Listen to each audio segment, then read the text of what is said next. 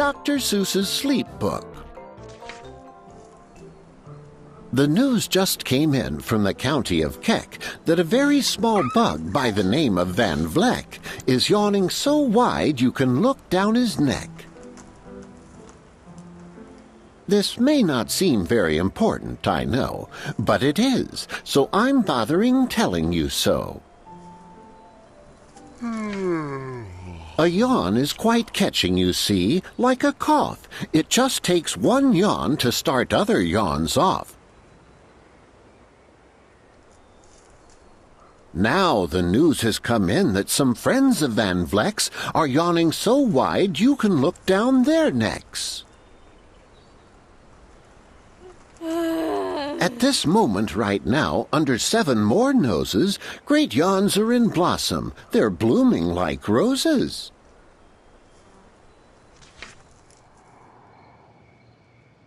The yawn of that one little bug is still spreading. According to latest reports, it is heading across the wide fields through the sleepy night air, across the whole country toward every which where. And people are gradually starting to say, "I feel rather drowsy. I've had quite a day."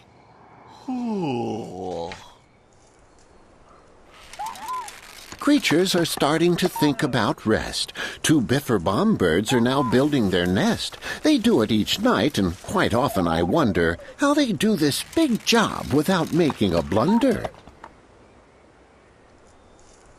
But that is their problem, not yours and not mine. The point is, they're going to bed, and that's fine.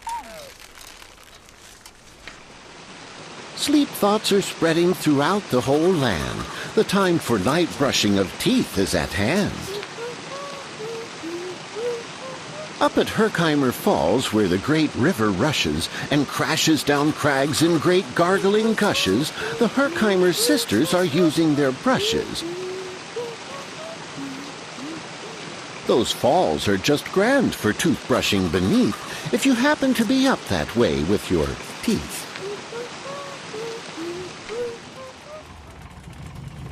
The news just came in from the castle of Krupp that the lights are all out and the drawbridge is up. And the old drawbridge drawer just said with a yawn, "My drawbridge is drawn, and it's going to stay drawn till the milkman delivers the milk about dawn." I'm going to bed now, so nobody better come round with a special delivery letter. The number of sleepers is steadily growing. Bed is where more and more people are going. In Culpeper Springs, in the Stiltwalkers' Hall, the Stiltwalkers' stilts are all stacked on the wall. The Stiltwalker walkers have called it a day. They're all tuckered out and they're snoozing away. This is very big news. It's important to know, and that's why I'm bothering telling you so.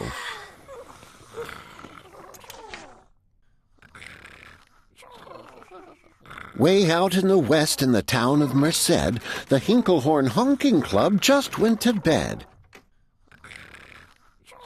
Every horn has been quietly hung on a hook for the night in its own private Hinklehorn nook. All this long, happy day they've been honking about, and the Hinklehorn honkers have honked themselves out. But they'll wake up quite fresh in the morning, and then they'll start right in Hinklehorn honking again. Everywhere creatures are falling asleep. The collapsible frink just collapsed in a heap. And by adding the frink to the others before, I am able to give you the Who's Asleep score. Right now, 40,404 creatures are happily, deeply in slumber. I think you'll agree that's a whopping fine number. Counting up sleepers? Just how do we do it? Really quite simple. There's nothing much to it. We find out how many, we learn the amount by an audio-teleo-talio count. On a mountain halfway between Reno and Rome, we have a machine in a plexiglass dome which listens and looks into everyone's home. And whenever it sees a new sleeper go flop, it jiggles and lets a new biggle ball drop. Our chap counts these balls as they plop in a cup, and that's how we know who is down and who's up.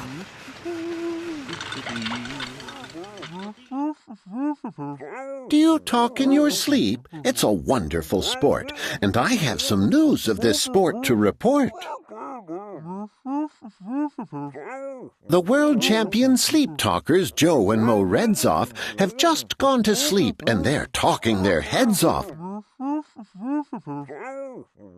For 55 years now, each chattering brother has babbled and gabbled all night to the other.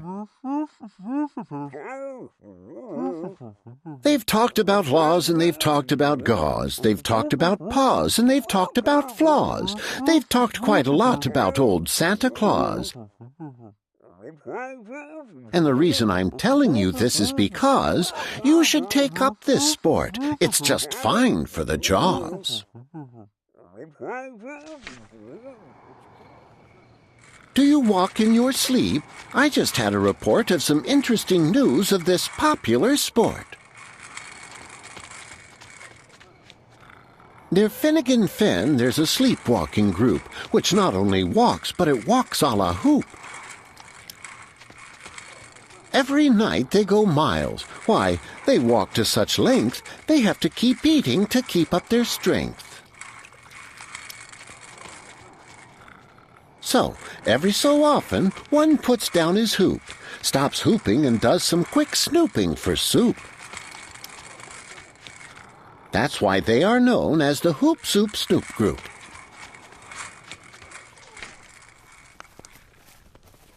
Sleepwalking, too, are the curious Crandalls, who sleepwalk on hills with assorted-sized candles. The Crandalls walk nightly in slumbering peace, in spite of slight burns from the hot dripping grease. The Crandalls wear candles because they walk far, and, if they wake up, want to see where they are.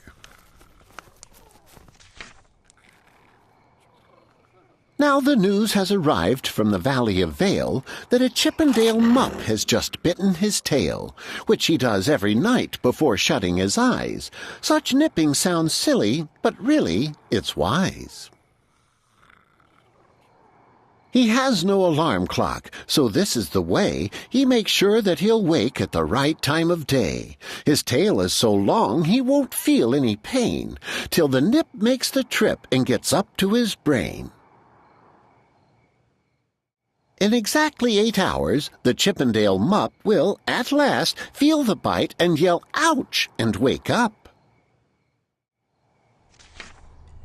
A Mr. and Mrs. J. Carmichael Crocs have just gone to bed near the town of Fort Knox, and they, by the way, have the finest of clocks. I'm not at all sure that I quite understand just how the thing works with that one extra hand.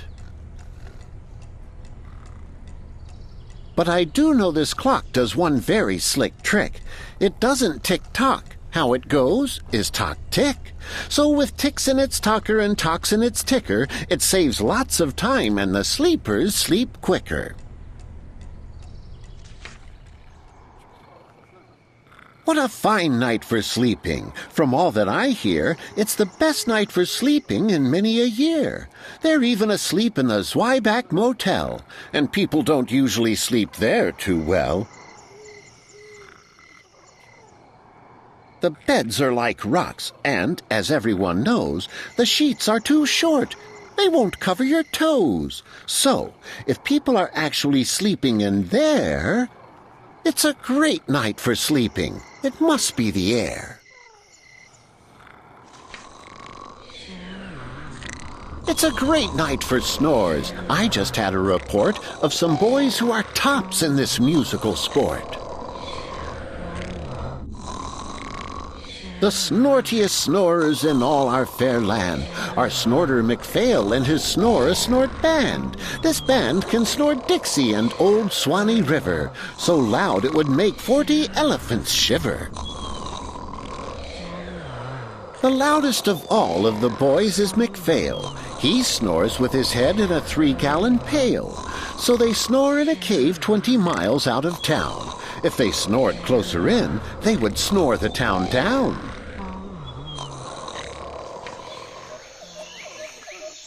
Do you know who's asleep out in Funa Laguna? 2 very nice Funa Laguna baboona. We've added them into our Who's Asleep count, which has grown to a really amazing amount. Exactly 8,808,000 creatures are sleeping now. Isn't that great? A Jed is in bed, and the bed of a Jed is the softest of beds in the world, it is said. He makes it from pom-poms he grows on his head, and he's sleeping right now on the softest of fluff, completely exhausted from growing the stuff. The news has come in from the district of Doft that 2 oft are asleep and they're sleeping aloft. And how are they able to sleep off the ground? I'll tell you. I weighed one last week and I found that an oft is so light he weighs -1 pound. A moose is asleep. He is dreaming of moose drinks. A goose is asleep. He is dreaming of goose drinks.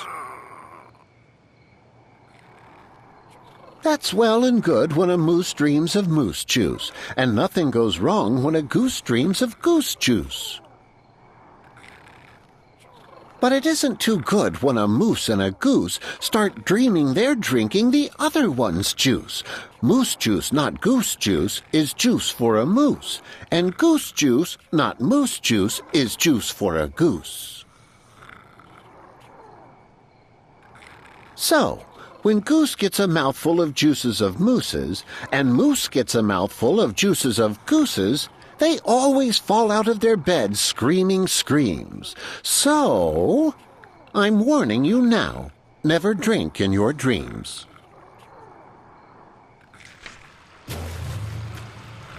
Speaking of dreaming, I think you should note that the Bumbletub Club is now dreaming afloat. Every night they go dreaming down Bumbletub Creek, except for one night every 3rd or 4th week when they stop for repairs 'cause their Bumbletubs leak. But tonight they're afloat, full of dreams, full of bliss, and that's why I'm bothering telling you this. At the fork of a road in the Vale of Vavode, 5-foot-weary salesmen have laid down their load.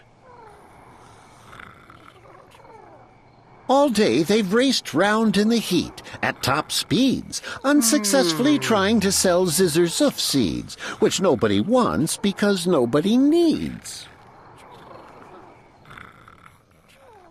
Tomorrow will come, they'll go back to their chore. They'll start on the road zizzer-zoofing once more. But tonight they've forgotten their feet are so sore, and that's what the wonderful nighttime is for.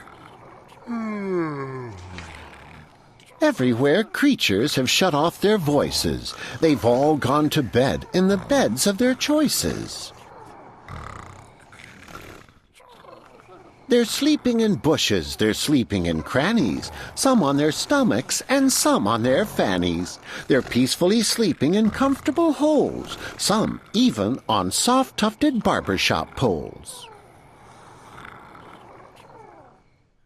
The number of sleepers is now past the millions. The number of sleepers is now in the billions.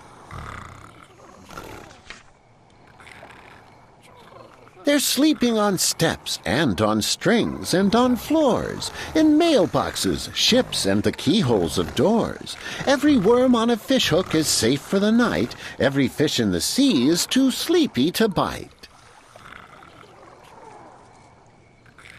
Every whale in the ocean has turned off his spout.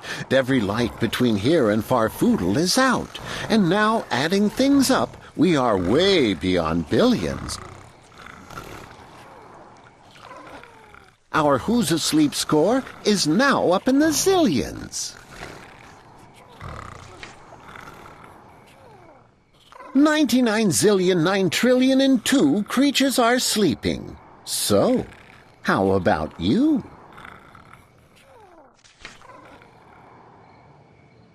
When you put out your light, then the number will be 99,000,000,009,000,003.